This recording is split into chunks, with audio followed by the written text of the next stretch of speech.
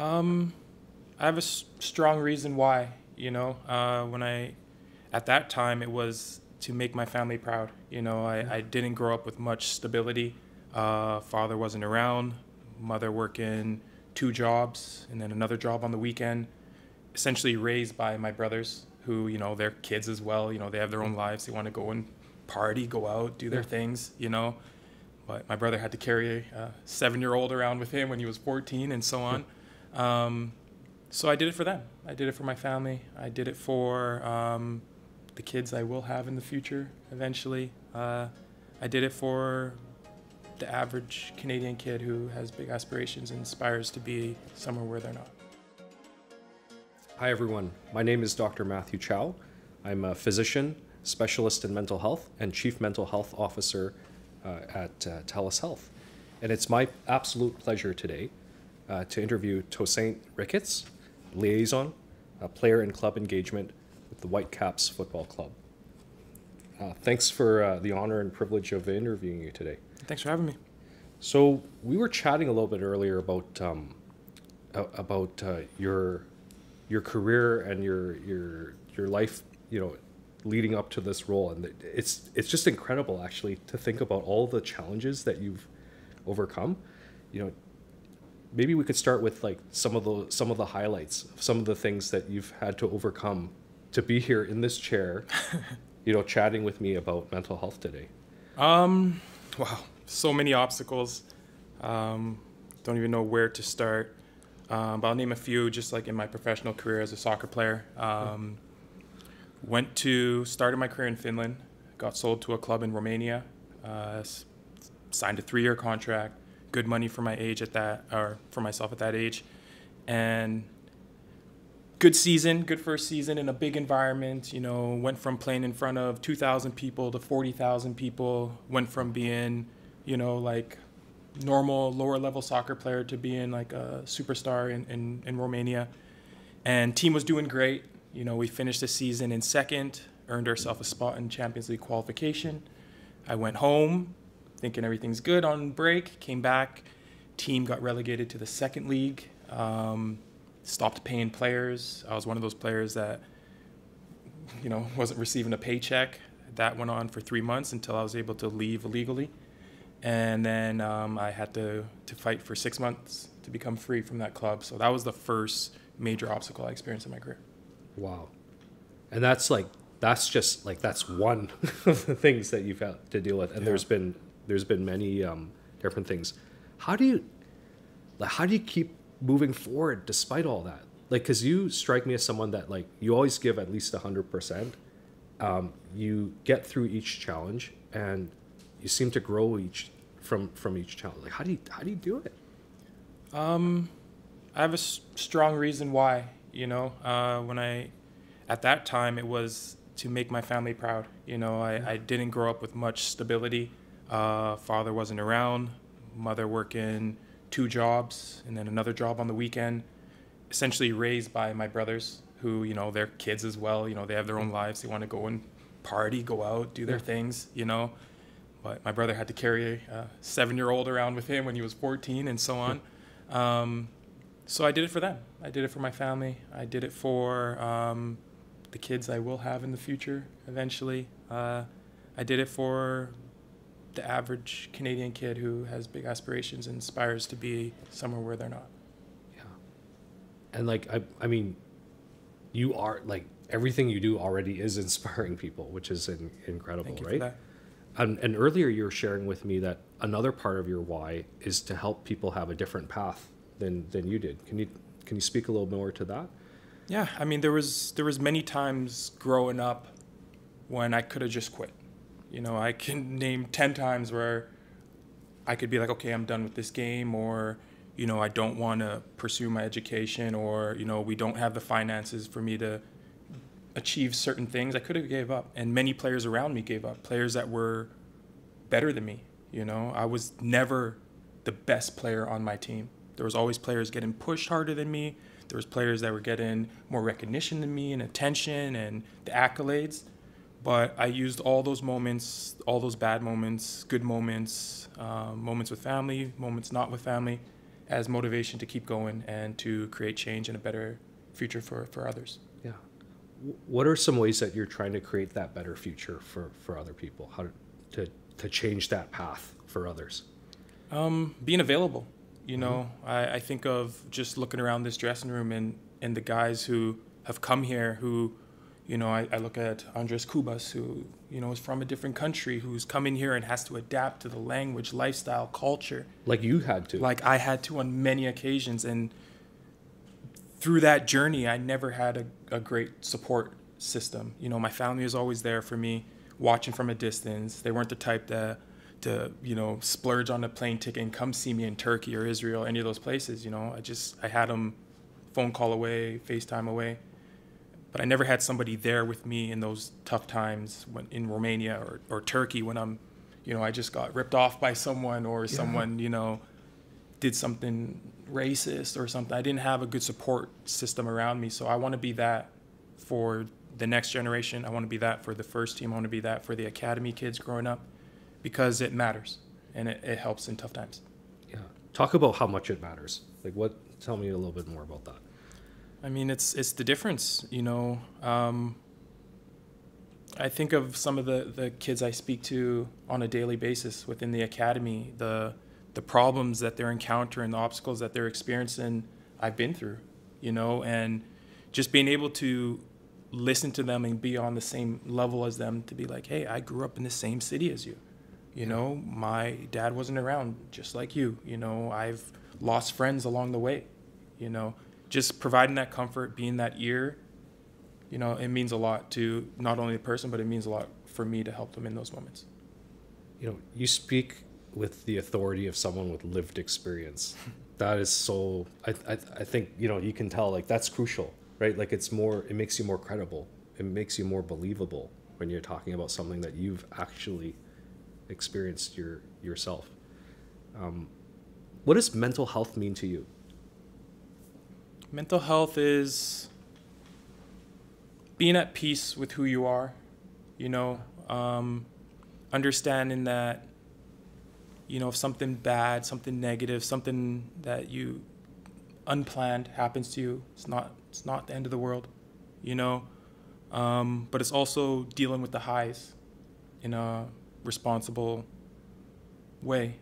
I've seen both extremes where, a bad thing happens or something very impactful negatively in someone's life happens to them, it crushes them, but I've also seen good things, you get sold to a big team, you start making a lot of money. I've seen players like that, people like that also crash as well. So I've always, and I think my university coach, Tom Poitras, from Green Bay, he told me this, never get too high, never get too low.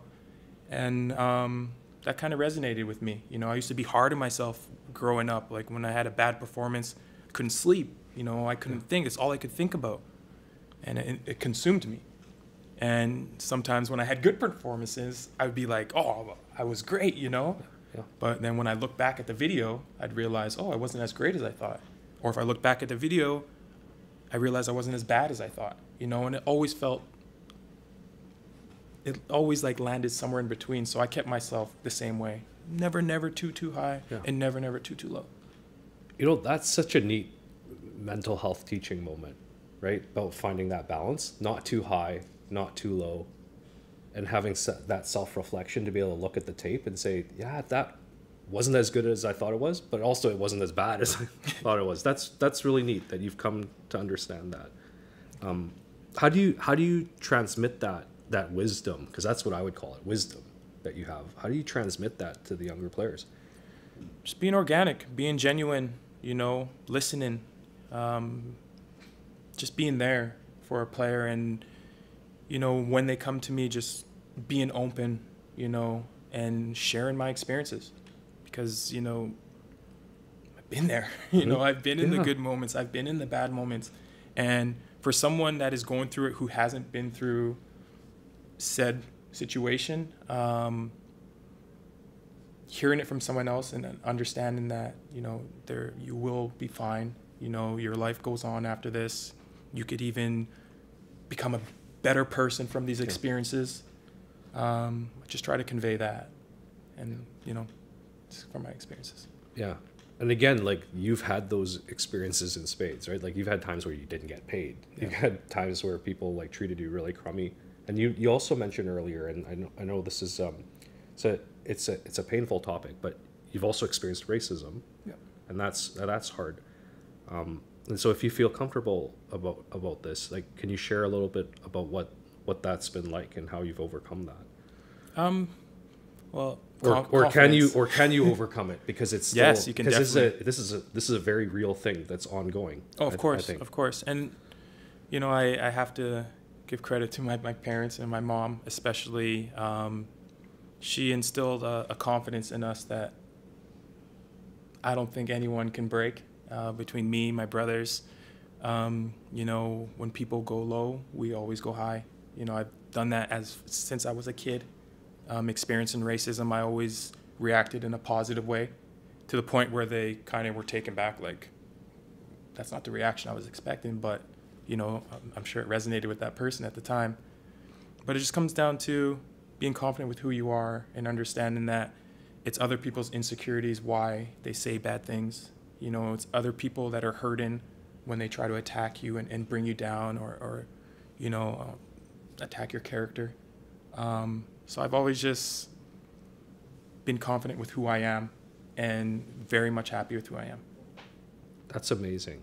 And it's so generous too, that when others go low, you go high, and that it sounds like, you ascribe to people even when they're being hateful, like that they're the ones that are hurting. I think that is incredibly generous and big-hearted of you to be able to do that. And you said it came from your mom. Yeah. But I think you have to take credit for it too, because you're continuing it. How do you try to share that and transmit that to your players and to the other people in your life, like the people that you touch in your life? By making them understand that they have a platform, first of all. As a professional athlete, there's a responsibility that comes with that. When you go to a stadium and you see, like, for example, this weekend at BC Place, or anytime at BC Place, there's 30,000 people there to see you. Yeah. There's kids there who idolize you. There's a responsibility that comes with that.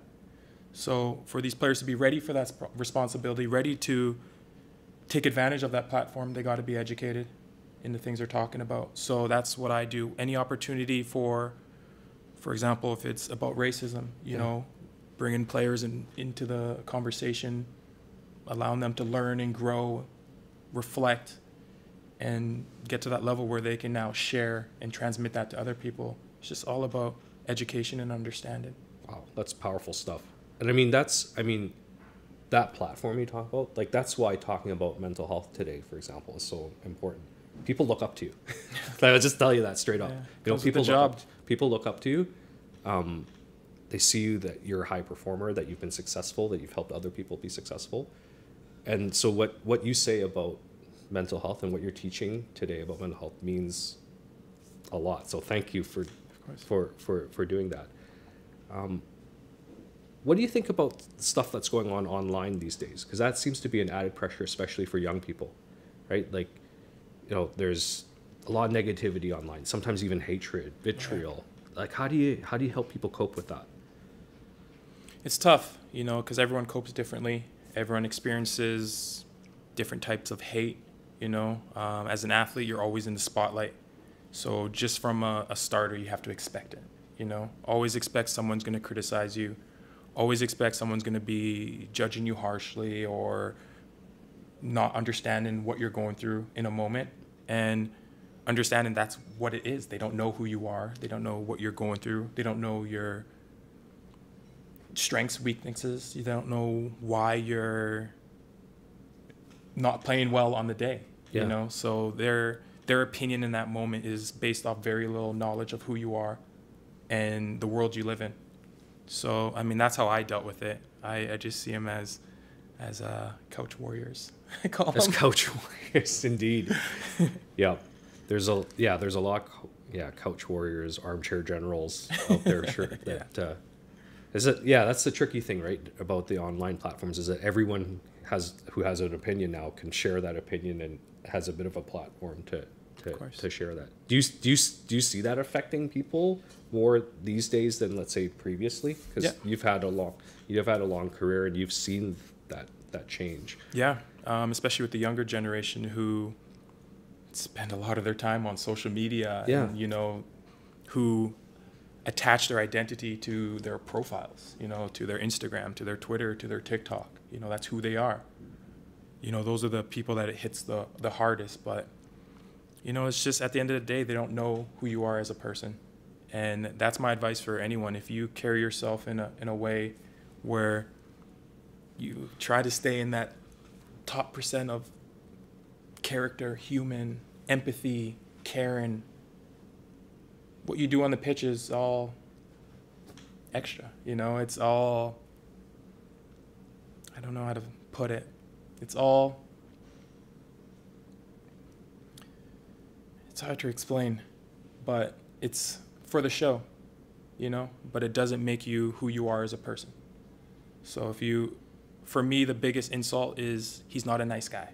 He's not a good person. He's not caring. That's way worse than saying, oh, he doesn't have a good left foot, or he can't score a goal from outside the 18, or his technique isn't great, you know? I would rather hear those things than someone say, oh, you're a bad person. Wow. So for you, like, your character, like who you are, how you treat other people, the respect, like that's number one, you're saying? And it's always been my entire life, my entire career.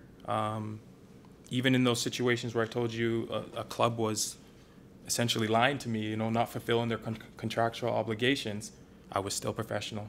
Not one of those presidents, agents, coaches from my time could say that I was a bad person and that my character was compromised because of my situation. I always kept my character at the highest level. Wow. That's so, like, powerful. And it takes a lot of courage and strength to do that. You make it sound easy. I can tell you it's not easy to have that kind of level of integrity despite all of that. Thank you. So how do you help young players, people that are developing, how do you help them with that, to develop that same strength? To stay present.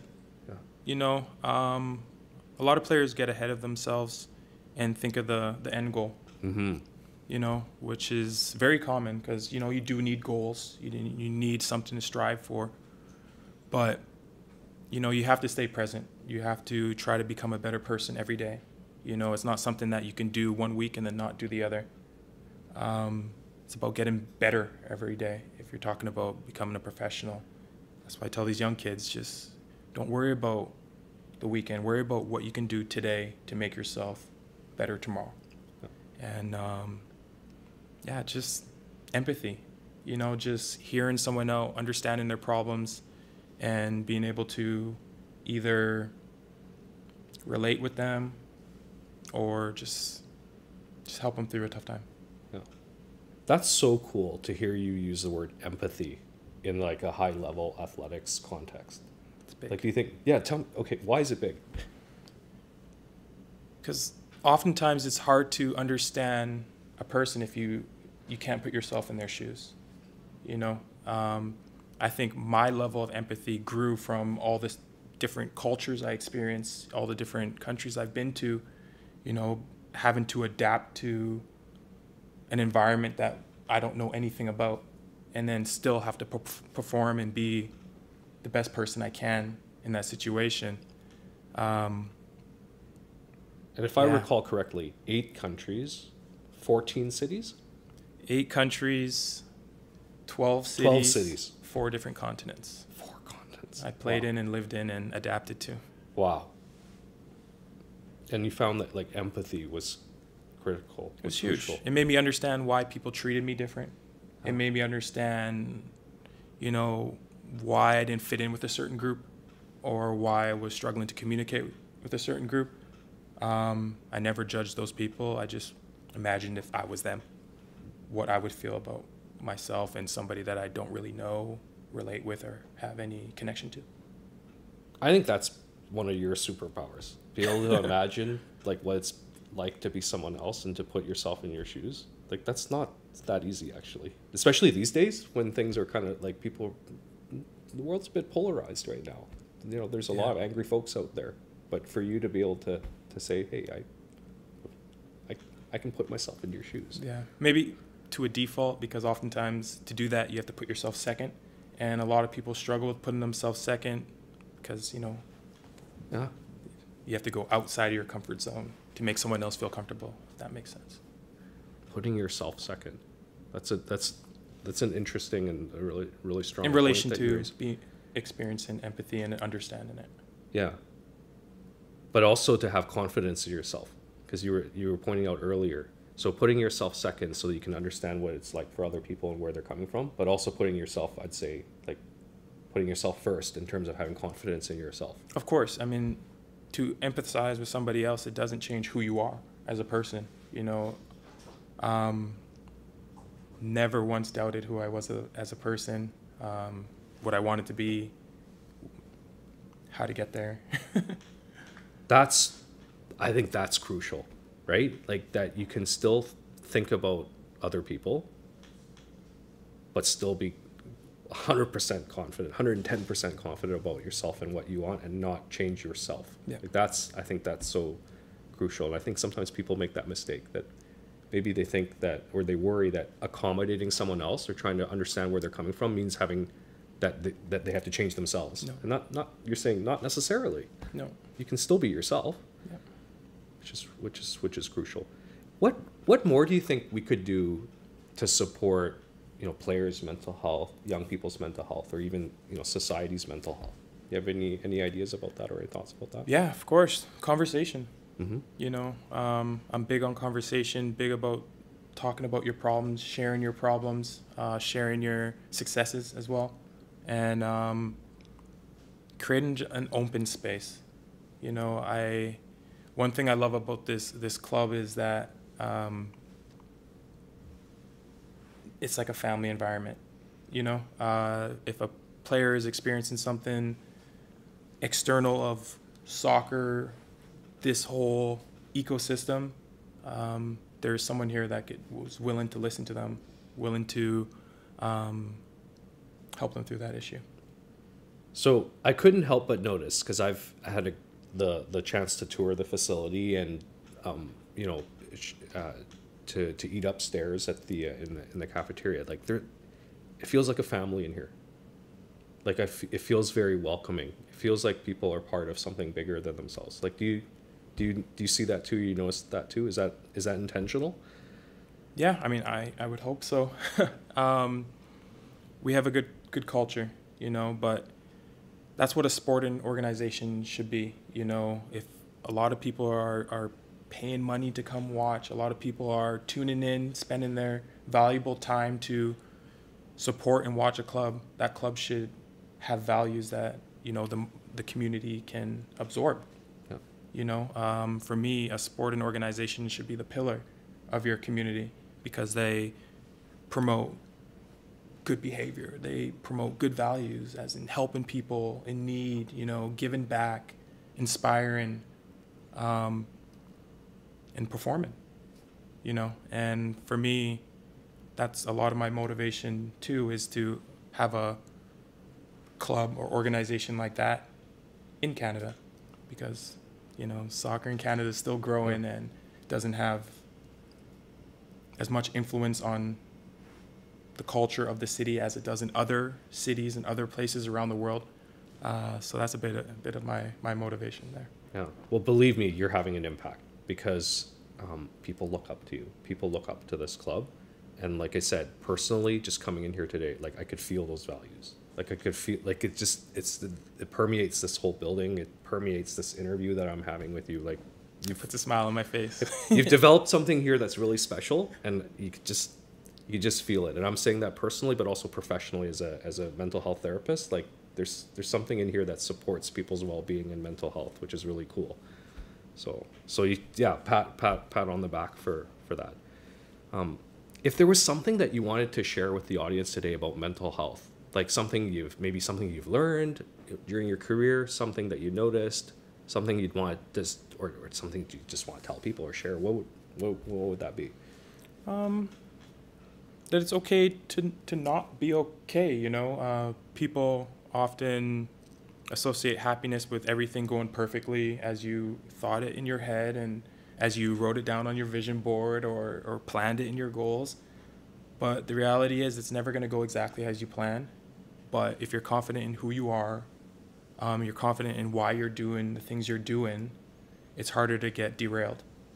I would also encourage people to speak because, you know, keeping things inside can tear you up and eat you from the inside out. And just use your resources. You know, there's so many resources like this conversation right now. It's not easy, you know, digging deep and talking about your inner emotions and feelings, but, you know, it's therapeutic and it helps with mental health. So I would say be confident with who you are, understand that not everything's going to go exactly as you planned.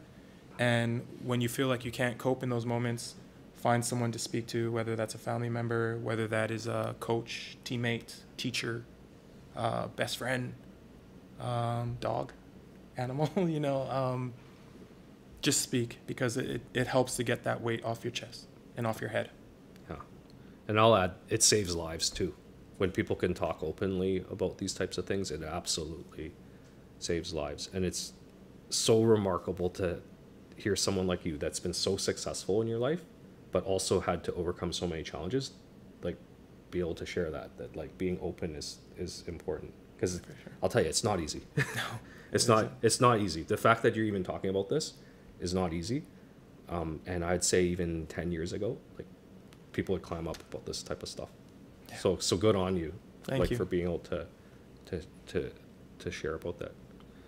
So I'm Dr. Matthew Chow, Chief Mental Health Officer at TELUS Health.